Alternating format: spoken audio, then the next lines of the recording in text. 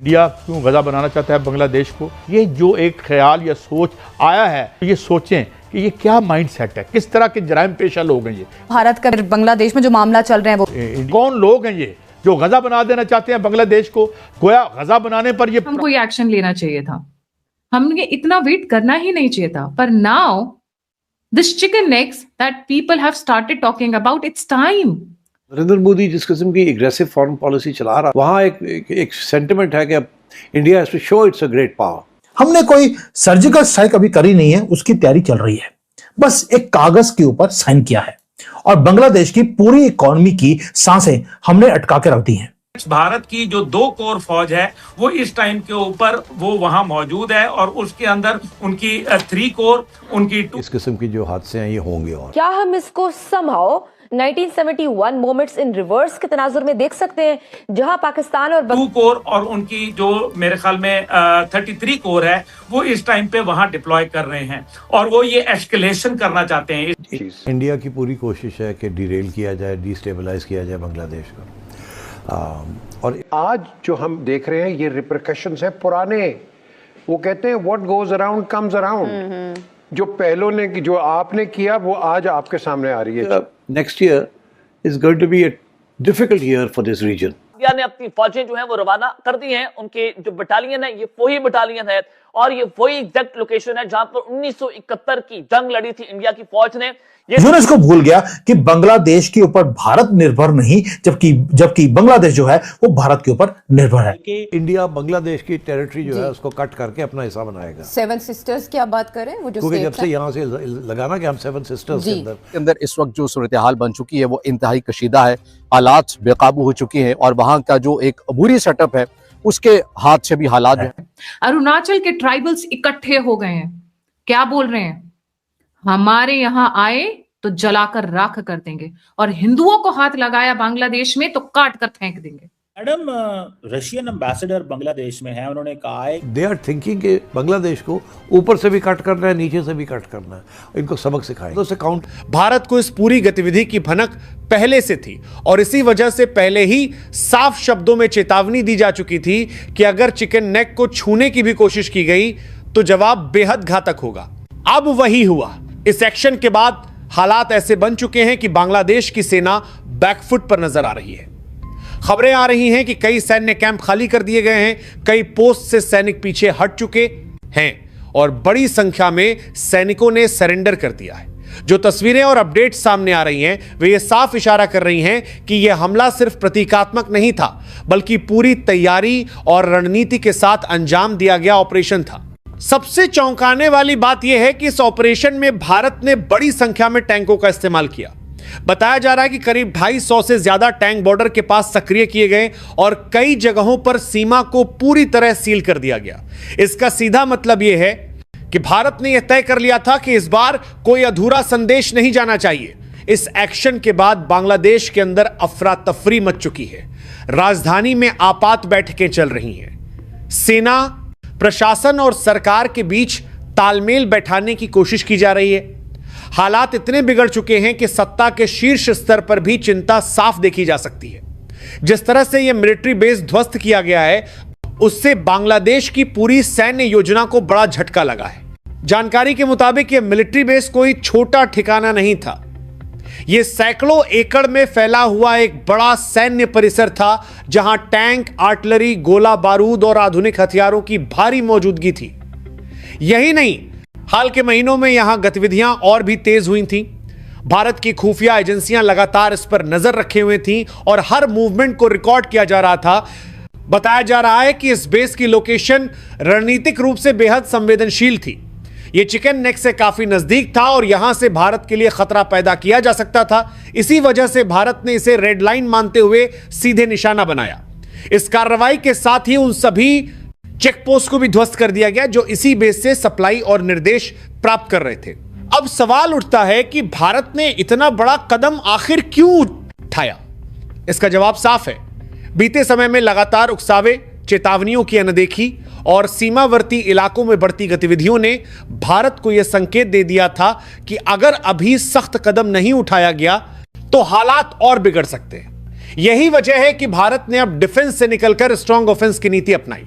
इस पूरे घटनाक्रम का असर सिर्फ बांग्लादेश तक सीमित नहीं है। इस एक्शन के बाद पूरे क्षेत्र में हलचल तेज हो गई है। पड़ोसी देशों से लेकर वैश्विक स्तर तक इस घटनाक्रम पर नजर पूरी सेटअप है, उसके हाथ से भी हालात जो है वो आपको निकलते हुए नजर आते हैं। तो ताकि वो चिकन नेक जो है वो बिल्कुल खुल जाए और वो इंडिया का हिस्सा बन जाए। दूसरा ये है कि नीचे जहां म्यांमार के साथ जो बॉर्डर है वहां भी अदालत ने तोशाखाना 2 केस में 17 साल कैद की सजा दी है जाएगा, क्योंकि उसके बाद वहां से जो स्टेटमेंट आया है कि भैया we will do everything possible to protect Indian assets. ये लग रहा था कि भारत सिर्फ चेतावनियों तक सीमित रहेगा, उन्हें अब यह साफ संदेश मिल चुका है कि भारत अब सीधे एक्शन लेने से पीछे नहीं हटेगा। इस ऑपरेशन के बाद भारत ने अपनी बॉर्डर सिक्योरिटी को और मजबूत कर दिया है। सीमावर्ती इलाकों में अतिरिक्त बल तैनात किए गए हैं। एयरबेस और अन्य सैन्य ठिकानों को हाई अलर्ट पर रखा गया है। साफ शब्दों में कहें तो भारत ने यह सुनिश्चित कर दिया है कि अगर अब किसी भी तरह की जवाबी कार्रवाई की कोशिश होती है तो उसका जवाब और भी कठोर होगा। इस बीच एक और बड़ा पहलू सामने आ रहा है। खुफिया सूत्रों का दावा है कि इस मिलिट्री बेस के जरिए सिर्फ सैन्य गतिविधियां ही नहीं बल्कि अन्य संदिग्ध गतिविधियां भी संचालित की जा रही थी। इसी इनपुट ने भारत को और ज्यादा सख्त रुख अपनाने के लिए मजबूर किया। भारत का साफ कहना है कि उसकी सुरक्षा, उसकी सीमाएं और उसके नागरिक किसी भी कीमत पर खतरे में नहीं डाले जा सकते। अब हालात इस मोड़ पर पहुंच चुके हैं जहां आने वाले 24 से 48 घंटे बेहद अहम माने जा रहे हैं। भारत ने संकेत दे दिए हैं कि अगर जरूरत पड़ी तो कार्रवाई और भी आगे बढ़ सकती है। यह सिर्फ एक ऑपरेशन नहीं था बल्कि एक साफ संदेश था कि चिकन नेक जैसे संवेदनशील मुद्दे पर कोई समझौता नहीं किया जाएगा। भारत की इस निर्णायक से नए कार्रवाई के बाद पूरा घटनाक्रम अब सिर्फ सीमावर्ती तनाव तक सीमित नहीं रहा बल्कि यह एक बड़े क्षेत्रीय समीकरण में बदल चुका है। जिस तरह से भारत ने बांग्लादेश के भीतर मौजूद उस अहम मिलिट्री बेस को निशाना बनाया, उसके बाद ढाका में सत्ता और सेना के गलियारों में बेचैनी साफ दिखाई देने लगी है। आपातकालीन बैठकों का दौर शुरू हो चुका है जहां एक तरफ नुकसान का आकलन किया जा रहा है तो दूसरी तरफ यह समझने की कोशिश हो रही है कि आगे क्या किया जाए। हालात इस कदर बिगड़ चुके हैं कि अब फैसले जल्दबाजी में नहीं बल्कि डर और दबाव के माहौल में लिए जा रहे हैं। सूत्रों की माने तो बांग्लादेश की राजधानी में लगातार उच्च स्तरीय मीटिंग्स चल रही हैं। सैन्य अधिकारियों से लेकर प्रशासनिक अफसरों तक सभी को अलर्ट पर रखा गया है। जिस मिलिट्री बेस को भारत ने ध्वस्त किया वो सिर्फ हथियारों का अड्डा नहीं था बल्कि पूरी रणनीति का केंद्र था। उसी बेस से सीमावर्ती चेकपोस्ट को सप्लाई, निर्देश और समर्थन दिया जा रहा था। अब जब वही केंद्र खत्म हो चुका है तो बांग्लादेश की पूरी सुरक्षा व्यवस्था बिखरती हुई नजर आ रही है। इस पूरे घटनाक्रम का असर अब अंतर्राष्ट्रीय स्तर पर भी दिखने लगा है। दुनिया की बड़ी ताकतें इस घटनाक्रम को बेहद गंभीरता से देख रही हैं।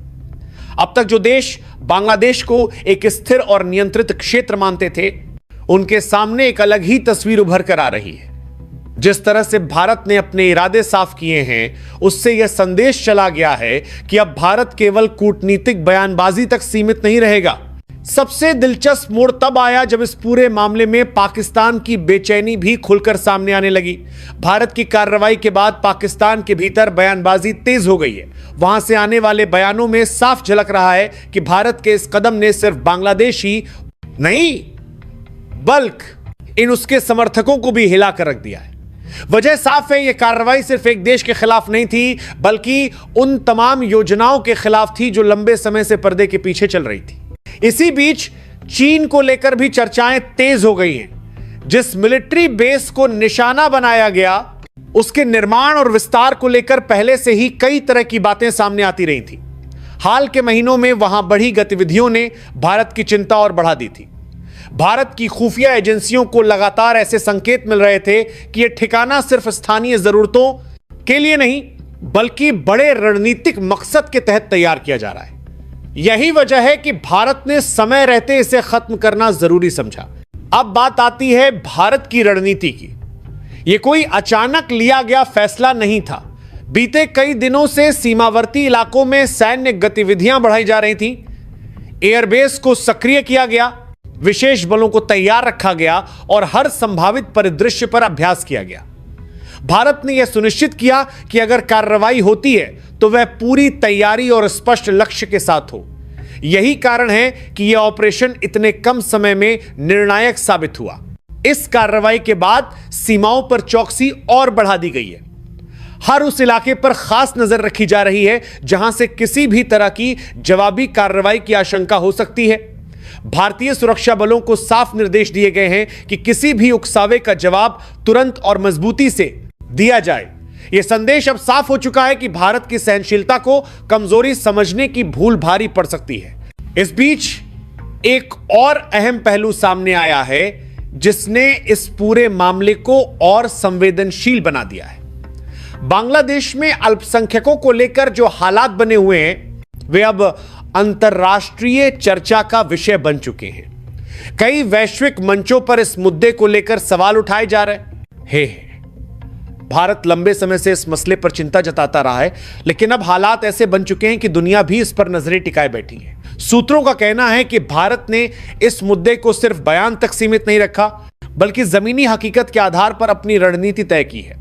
भारत का मानना है कि सीमावर्ती इलाकों में अस्थिरता और अंदरूनी हिंसा सीधे तौर पर उसकी सुरक्षा से जुड़ी हुई है। यही वजह है कि अब हर कदम बेहद सोच समझकर और मजबूती के साथ उठाया जा रहा है। आने वाले घंटे और दिन बेहद अहम माने जा रहे हैं। भारत ने साफ संकेत दिए हैं कि अगर हालात सुधरते नहीं हैं तो कार्रवाई का दायरा और बढ़ सकता है। यह सिर्फ एक चेतावनी नहीं, बल्कि एक स्पष्ट नीति का संकेत है। भारत ने यह भी जता दिया है कि उसे हर उस ठिकाने की जानकारी है जहां से उसकी सुरक्षा को खतरा पैदा किया जा सकता है। अब सवाल यह है कि आगे क्या होगा? क्या बांग्लादेश इस संदेश को समझेगा और हालात को शांत करने की कोशिश करेगा, या फिर तनाव और बढ़ेगा? यह सब आने वाले समय में साफ होगा, लेकिन इतना तय है कि भारत ने जो कदम उठाया है उसने पूरे क्षेत्र की राजनीति और सुरक्षा समीकरण को बदल कर रख दिया है। इस पूरे घटनाक्रम को अगर समग्र रूप से देखा जाए तो यह साफ हो जाता है कि भारत ने जो कदम उठाया है वो किसी एक रात का फैसला नहीं था, बल्कि महीनों की रणनीति, खुफिया इनपुट और धैर्य की परीक्षा के बाद लिया गया निर्णायक एक्शन था। बांग्लादेश की तरफ से लगातार जिस तरह चिकन नेक जैसे संवेदनशील इलाके को लेकर उकसावे की कोशिशें की जा रही थी, जिस तरह सीमावर्ती क्षेत्रों में सैन्य गतिविधियां बढ़ाई जा रही थी, और जिस तरह भारत की चेतावनियों को बार बार नजरअंदाज किया गया, उसने भारत को इस मुकाम पर ला खड़ा किया कि अब सिर्फ बयान काफी नहीं थे। भारत ने यह साफ कर दिया है कि उसकी सुरक्षा, उसकी संप्रभुता और उसके रणनीतिक हित किसी भी कीमत पर खतरे में नहीं डाले जा सकते। यह कार्रवाई सिर्फ एक मिलिट्री बेस को ध्वस्त करने तक सीमित नहीं थी, बल्कि यह उस सोच, उस योजना और उस गठजोड़ पर सीधा प्रहार था जो पर्दे के पीछे भारत को घेरने की कोशिश कर रहा था। चिकन नेक जैसे इलाके को कमजोर करने का सपना देखने वालों को भारत ने यह संदेश दे दिया है कि अब हर साजिश का जवाब जमीन पर दिया जाएगा। इस एक्शन के बाद बांग्लादेश की स्थिति यह साबित करती है कि जब चेतावनियों को कमजोरी समझ लिया जाए तो अंजाम कितना भारी पड़ सकता है। सेना का बैकफुट पर जाना, कैंपों का खाली होना, सरेंडर की खबरें और राजधानी में आपात बैठकों का दौर, यह सब दर्शाता है कि भारत की कार्रवाई ने वहां की पूरी सैन्य और राजनीतिक व्यवस्था को हिलाकर रख दिया है। अब हालात ऐसे हैं कि बांग्लादेश को सिर्फ भारत की ताकत ही नहीं, बल्कि उसकी गंभीरता और इरादों का भी एहसास हो चुका है। इस पूरे घटनाक्रम का अंतर्राष्ट्रीय असर भी उतना ही महत्वपूर्ण है। दुनिया ने एक बार फिर देखा है कि भारत अब सिर्फ एक उभरती शक्ति नहीं, बल्कि एक ऐसा देश है जो अपने हितों की रक्षा के लिए ठोस और निर्णायक कदम उठाने से पीछे नहीं हटता। भारत ने यह भी स्पष्ट कर दिया है कि वह क्षेत्रीय स्थिरता चाहता है, लेकिन अगर कोई ताकत अस्थिरता फैलाने की कोशिश करेगी तो उसका जवाब बेहद सख्त होगा। सबसे अहम बात यह है कि यह कार्रवाई भविष्य के लिए एक स्पष्ट रोड मैप भी तय करती है। भारत ने यह संकेत दे दिया है कि अब हर गतिविधि पर पैनी नजर है, हर ठिकाने की जानकारी है और हर संभावित खतरे के लिए तैयारी पूरी है। यह सिर्फ बांग्लादेश के लिए नहीं, बल्कि उन सभी ताकतों के लिए चेतावनी है जो ये सोचते हैं कि भारत को रणनीतिक रूप से घेरा जा सकता है। अंत में यही कहा जा सकता है कि यह ऑपरेशन भारत की सैन्य ताकत से ज्यादा उसके राजनीतिक और रणनीतिक संकल्प का प्रतीक है। ये एक ऐसा संदेश है जो आने वाले समय में लंबे समय तक याद रखा जाएगा। भारत ने यह साबित कर दिया है कि शांति उसकी प्राथमिकता